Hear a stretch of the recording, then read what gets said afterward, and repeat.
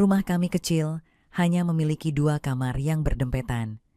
Dindingnya tipis, sampai-sampai jika ada yang batuk di kamar sebelah, suaranya jelas terdengar.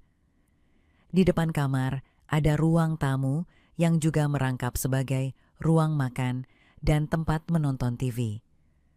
Dapur berada di belakang, berdampingan dengan kamar mandi yang hanya satu-satunya. Aku, Rina, 36 tahun, sudah setahun ini menikah dengan Bayu, suamiku yang kedua. Pernikahan pertamaku berakhir karena mantan suamiku berselingkuh. Setelah bertahun-tahun sendiri, aku akhirnya menerima Bayu dalam hidupku. Dia seorang pria sederhana yang bekerja sebagai petugas keamanan di kompleks perumahan sebelah. Hidup kami tidak mewah, tapi cukup. Bayu adalah pria baik, tapi pekerjaannya sering membuatnya pulang larut malam atau bahkan berjaga semalaman. Itu berarti aku sering menghabiskan waktu sendirian di rumah, setidaknya sampai Aldo datang. Aldo adalah anak tiri yang baru kembali ke rumah setelah bertahun-tahun tinggal di kota lain untuk kuliah. Usianya 22 tahun, sebaya dengan keponakanku. Dia anak yang pendiam, tapi terkadang bisa usil. Sejak dia kembali, rumah ini terasa lebih hidup, tapi juga lebih sempit. Malam itu, seperti biasa, Bayu berangkat kerja jam 8. Aku mengantarnya sampai ke depan gang sebelum kembali ke rumah. Saat aku masuk, Aldo masih di kamarnya, katanya sedang mengerjakan sesuatu di laptop. Aku duduk di ruang tamu, menonton TV sambil menyetrika pakaian. Udara cukup panas, jadi aku hanya mengenakan daster tipis, hal biasa ketika di rumah.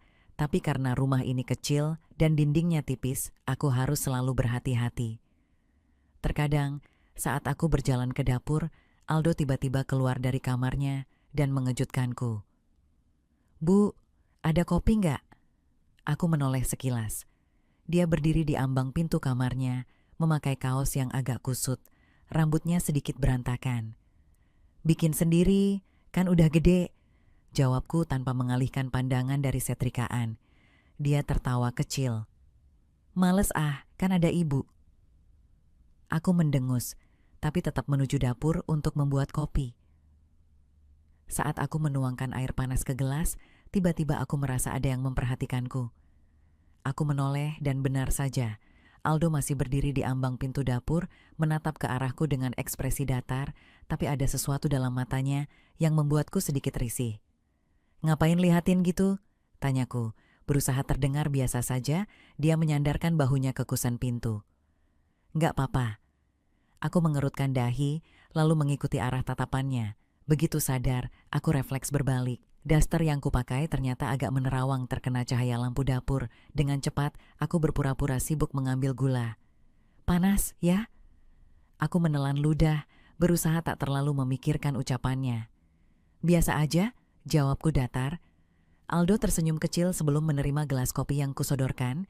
Aku segera keluar dari dapur, kembali ke ruang tamu, dan berusaha melupakan kejadian tadi. Tapi, entah kenapa, sejak Aldo kembali, rumah ini terasa semakin kecil. Setiap kali dia berada di dekatku, ada hawa lain yang sulit dijelaskan. Jam 11 malam, rumah sudah sangat sepi. Hanya suara kipas angin yang berputar pelan yang terdengar. Biasanya, aku tidak pernah merasa gelisah saat sendirian. Tapi, malam ini terasa berbeda.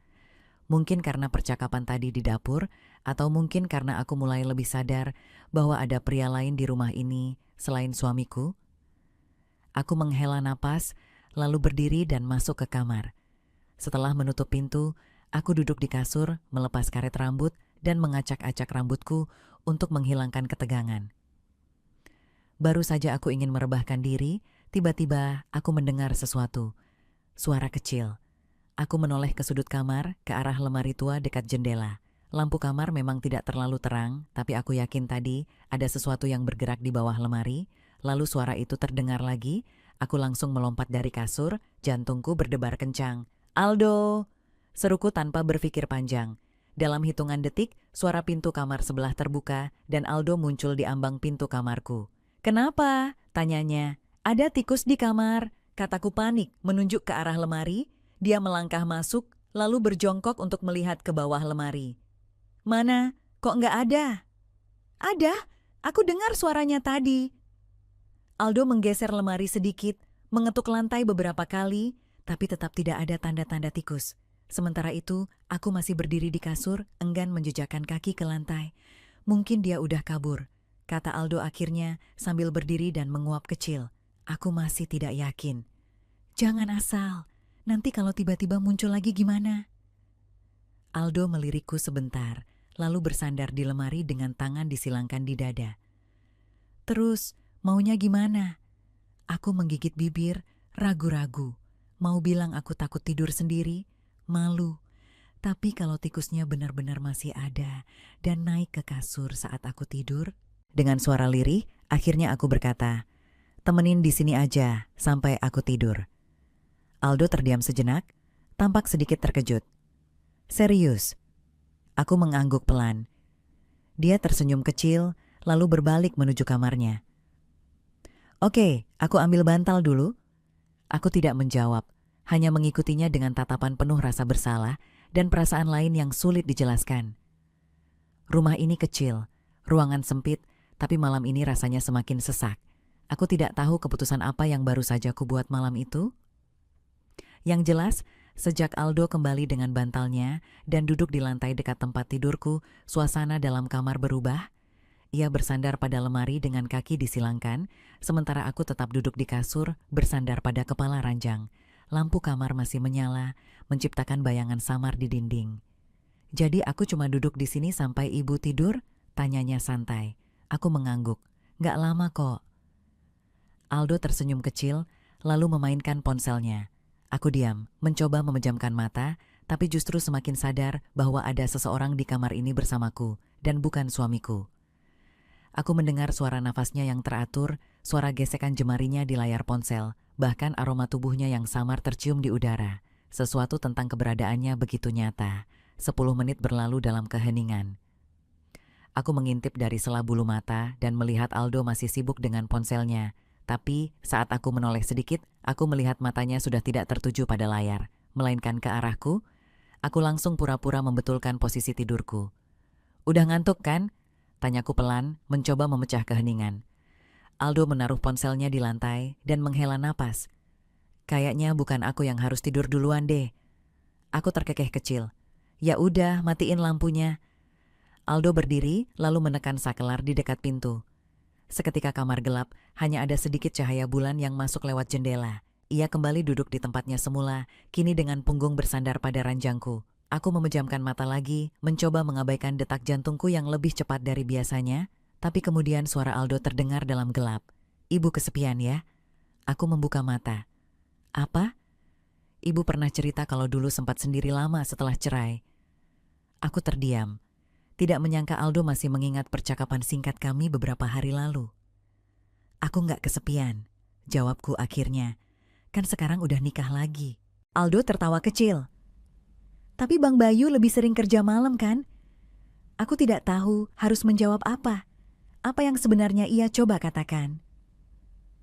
Aku baik-baik aja, kataku akhirnya. Aldo mengangguk pelan, lalu bergeser sedikit. Kini, hanya ada beberapa sentimeter jarak antara punggungnya dan lenganku. Aku bisa merasakan kehangatan tubuhnya begitu dekat. Ibu cantik. Jantungku mencelos. Aku menoleh ke arahnya dalam gelap. Aldo? Ia tidak menatapku. Hanya duduk dengan santai, menatap langit-langit kamar. Dari dulu aku selalu mikir gitu. Aku merasa tenggorokanku kering. Jangan bercanda.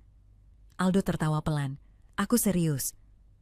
Aku bangkit dari posisi tidurku, menatapnya tajam meski dalam kegelapan. Aldo, kamu tahu ini nggak benar kan? Aldo akhirnya menoleh, tatapannya dalam. Apa yang nggak benar? Aku terdiam. Aku tahu maksud pertanyaannya. Ini tidak benar karena aku sudah menikah, karena dia anak dari suamiku, karena tidak seharusnya ada perasaan aneh yang bergetar di dadaku saat dia bicara seperti itu. Tapi, kenapa aku tidak langsung menyuruhnya keluar dari kamar? Aku cuma ngomong apa yang ada di pikiranku. Lanjutnya, bukan berarti kita harus melakukan apa-apa. Aku menghela napas panjang. Aldo, denger ya, aku ini istri ayahmu, bukan ibu kandungku. Jantungku mencelos lagi. Aku tidak menyangka dia akan mengatakan itu. Aku bangkit dari tempat tidur, menyalakan lampu kamar dengan tangan gemetar. Begitu cahaya kembali memenuhi ruangan, aku bisa melihat ekspresi Aldo dengan jelas. Tatapannya tetap tenang, seolah ia baru saja menyatakan sesuatu yang biasa. Aku menutup wajah dengan kedua tangan. Ini salah. Aldo berdiri, meraih bantalnya. Iya, aku tahu. Aku cuma ngomong apa yang ada di kepalaku. Gak ada maksud bikin ibu gak nyaman. Aku masih diam. Aldo melangkah ke pintu, tapi sebelum keluar, ia menoleh sekali lagi. Tidurlah, Bu. Aku di kamar sebelah kalau ibu butuh sesuatu. Lalu pintu tertutup. Aku berdiri di sana, masih merasakan detak jantungku yang berdebar kencang. Sial, aku sudah melewati batas. Aku seharusnya tidak membiarkan dia masuk ke kamar tadi. Aku seharusnya tidak membiarkan obrolan itu terjadi. Tapi yang paling membuatku takut adalah sesuatu yang baru kusadari malam ini. Aku tidak ingin batas itu kembali ada. Sejak malam itu, aku berusaha menghindari Aldo.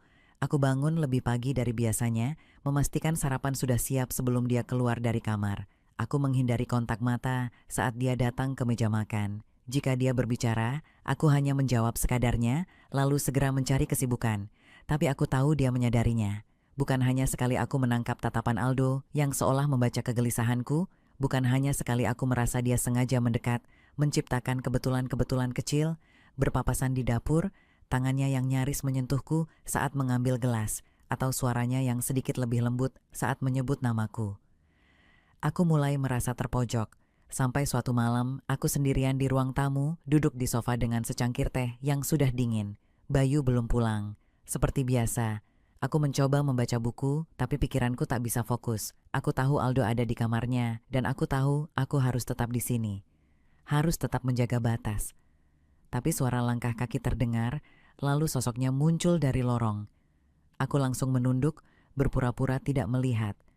Tapi Aldo tetap berjalan ke arahku, lalu duduk di ujung sofa. Kenapa menghindar? Aku menghela napas, menutup bukuku. Aku nggak menghindar. Aldo tersenyum miring. Bohong. Aku meneguk ludah. Aldo, dengar. Aku tahu ini salah, potongnya. Aku tahu ibu juga berpikir begitu, tapi kenapa rasanya bukan itu yang sebenarnya ibu rasakan? Aku terdiam. Karena dia benar. Aku bisa berbohong pada diri sendiri, mencoba mengubur rasa yang muncul, tapi aku tahu apa yang terjadi malam itu bukan sekadar kebingungan sesaat. Aku tahu, aku telah melewati garis tipis yang selama ini kujaga. Dan yang paling menakutkan adalah aku tidak menyesalinya. Aldo bergerak lebih dekat, kini hanya beberapa jengkal dariku. Aku nggak akan maksa, katanya pelan. Tapi kalau ibu mau jujur, apa yang sebenarnya ibu inginkan? Aku menutup mata. Yang kuinginkan, aku ingin seseorang melihatku, bukan sekadar istri, bukan sekadar ibu tiri. Aku ingin merasa diinginkan, dicintai. Aku ingin merasakan kehidupan yang lebih dari sekadar rutinitas yang membosankan. Saat aku membuka mata, Aldo masih di sana, menungguku. Aku menarik napas dalam. Aldo, kita nggak bisa. Ia menatapku, mencoba membaca sesuatu dalam suaraku. Tapi kalau kita bisa, aku menggigit bibir, menoleh ke arah jendela, ke arah jalanan gelap di luar sana. Aku tidak tahu jawaban apa yang benar. Lalu suara deru motor terdengar. Bayu. Seolah tersadar, aku langsung berdiri. Pergilah ke kamar, bisikku. Aldo tetap menatapku sesaat sebelum akhirnya ia berdiri juga. Tapi sebelum pergi, ia berbisik di dekat telingaku. Aku akan menunggu. Dan kemudian dia menghilang ke dalam lorong, tepat saat Bayu masuk ke rumah. Aku berdiri di sana, tubuhku masih tegang. Bayu menatapku sekilas, hanya menggumamkan salam sebelum masuk ke kamar tanpa bertanya apapun. Dan aku tetap berdiri di tempatku, menyadari sesuatu yang selama ini kutolak untuk aku akui. Aku telah jatuh ke dalam sesuatu yang seharusnya tidak terjadi. Dan yang paling buruk adalah, aku tidak yakin ingin kembali.